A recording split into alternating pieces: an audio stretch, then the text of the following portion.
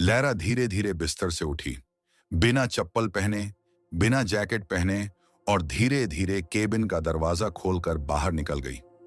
बर्फ गिर रही थी, लेकिन वह आवाज उसे व्हाइट हॉलो की दिशा में ले जा रही थी। उसी समय एमिली की नींद टूटी। मां का दिल शायद कुछ भांप चुका था। उसने देखा कि लैरा बिस्तर पर नहीं है और दरवाजा खुला हुआ है। वह चीखती हुई मां को जगाती है।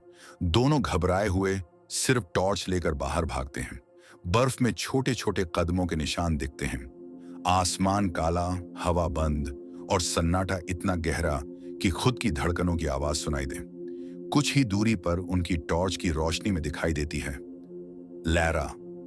वह व्हाइट हॉलो के किनारे पर खड़ी थी और उसके सामने वही सफेद लंबा साया। इस बार वह साया स्थिर नहीं था। वह धीरे धीरे बर्फ के ऊपर सरक रहा था। उसके पैर जमीन से 4 से 5 इंच ऊपर तैर रहे थे। उसका पूरा शरीर बिना चेहरे वाला था, लेकिन जहां चेहरा होना चाहिए था वहां सफेद धुंध की एक अजीब सी लहर थी जो हल्की हल्की हिल रही थी। एक पल के लिए ऐसा लगा कि उसकी नजर सीधे लैरा पर टिकी है। एमिली चीखती है, लैरा पीछे हटो! लेकिन लैरा उस आवाज में खो चुकी थी, जैसे सम्मोहित हो। मार्क पूरे जोर से दौड़ता है और लैरा को पकड़कर अपनी ओर खींच लेता है। उसी क्षण वह साया बेहद तेजी से उनकी ओर मुड़ता है। पहली बार वह इतनी करीब दिखाई देता है। उसकी ऊंचाई लगभग 10 फीट थी। उसकी लंबी गर्दन अजीब तरीके से मुड़ती है। उसकी हथेलियां बहुत लंबी थीं, जैसे हड्डियों की शाखाएं, और उसकी मौजूदगी से हवा अचानक भारी हो गई। ठंड कम नहीं हुई, लेकिन खामोशी और गहरी हो गई।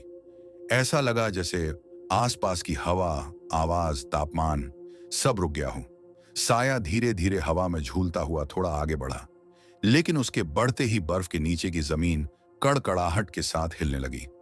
अचानक एक तेज बर्फीली दरार उसके पैरों के नीचे से फैलती है और पूरा नजारा धुंध में बदल जाता है। साया टूटता है, फटता है, और सफेद धुंध की लहर बनकर हवा में गायब हो जाता है।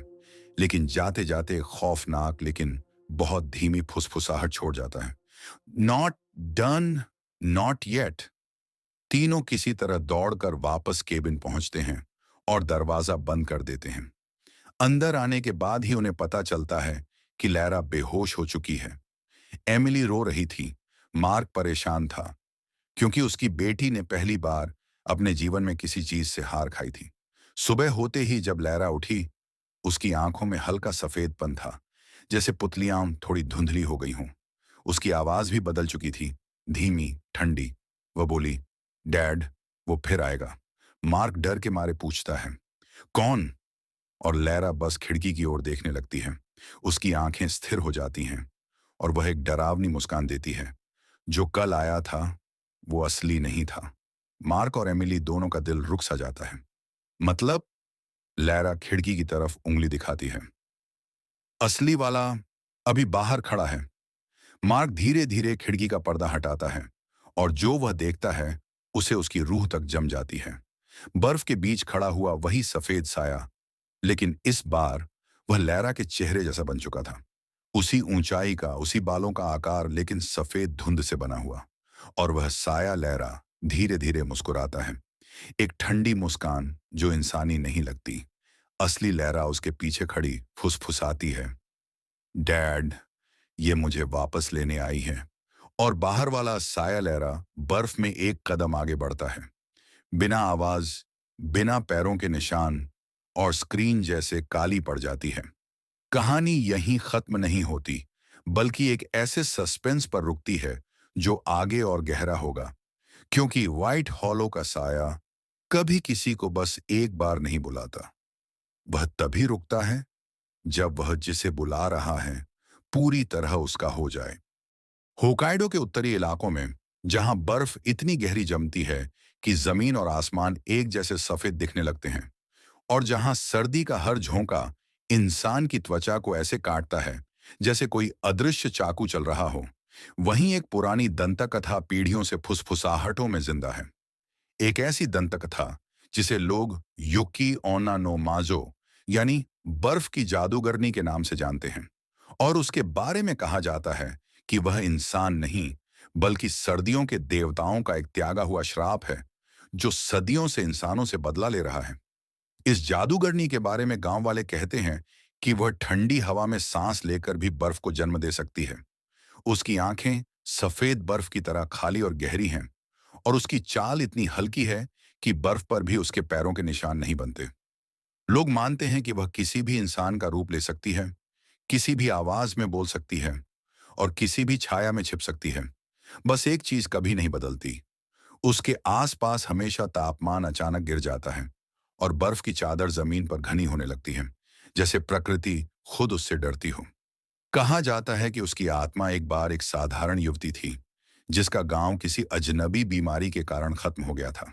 सब मर गए थे और वह अकेली बची थी, लेकिन उसने देवताओं से अपने परिवार को वापस लाने की प्रार्थना की और बदले में देवताओं ने उसे एक ऐसा श्राप दिया जिसने उसे इंसान से कहीं ज्यादा शक्तिशाली तो बना दिया, पर हमेशा के लिए अकेला, ठंडा और अंधकार से भरा हुआ। इसी वजह से माना जाता है कि वह इंसानों से नफरत नहीं करती, बल्कि उनकी गर्माहट, उनके रिश्तों, उनके जीवन और उनकी खुशियों के लिए तड़पती है। और जब भी वह किसी परिवार को साथ देखती है, तो उसे यह याद आता है कि उसने क्या खोया, और यही दर्द उसे इंसानों को अपने साथ बर्फ के संसार में खींच लेने पर मजबूर कर देता है, ताकि कोई भी उसके जैसा अकेला ना रहे। लेकिन जिससे भी वह मिलती है, वह हमेशा के लिए गायब हो जाता है। इस कहानी की असली शुरुआत तब होती है जब टोक्यो से आया एक युवा फोटोग्राफर अराता उस इलाके में आता है। उसकी आदत थी कि वह अनदेखी, अजीब और प्राकृतिक सुंदरता को अपने कैमरे में कैद करता था। उसे होकाइडो की बर्फीली घाटियों और पहाड़ी जंगलों की तस्वीरें लेनी थीं, और साथ ही वह सर्दियों की लोक कथाओं पर भी रिसर्च कर रहा था। गांव वाले उससे बार बार कहते रहे कि सर्दियों के चरम समय में पहाड़ों पर मत जाना, खासकर रात के समय नहीं, क्योंकि वहां बर्फ की स्त्री घूमती है। लेकिन अराता एक आधुनिक, तर्कवादी युवा था। उसे लगा कि यह सब ग्रामीण अंधविश्वास है। उसने अपने कैमरे, ट्राइपॉड, एक भारी कोट, कुछ खाने का सामान और एक कैंपिंग टेंट लेकर पहाड़ की ओर यात्रा शुरू कर दी। पहले दिन सब ठीक चला। नर्म धूप थी, बर्फ धीरे धीरे गिर रही थी और हवा इतनी शांत थी कि सिर्फ उसके कदमों की आवाज सुनाई देती थी। लेकिन जैसे ही शाम होने लगी, मौसम अचानक बदलने लगा। हवा तेज हुई, आकाश पर काले बादल मंडराने लगे और तापमान तेजी से गिरने लगा। अराता ने सोचा कि यह सामान्य पहाड़ी मौसम है और वह बारीकी से तस्वीरें लेने में व्यस्त हो गया। तभी उसे दूर बर्फीली घाटी में एक सफेद कपड़े पहने स्त्री दिखाई दी। उसकी चाल असामान्य रूप से धीमी थी, जैसे वह हवा पर तैर रही हो, और उसकी लंबी काली बाल हवा की दिशा के विपरीत उड़ रहे थे।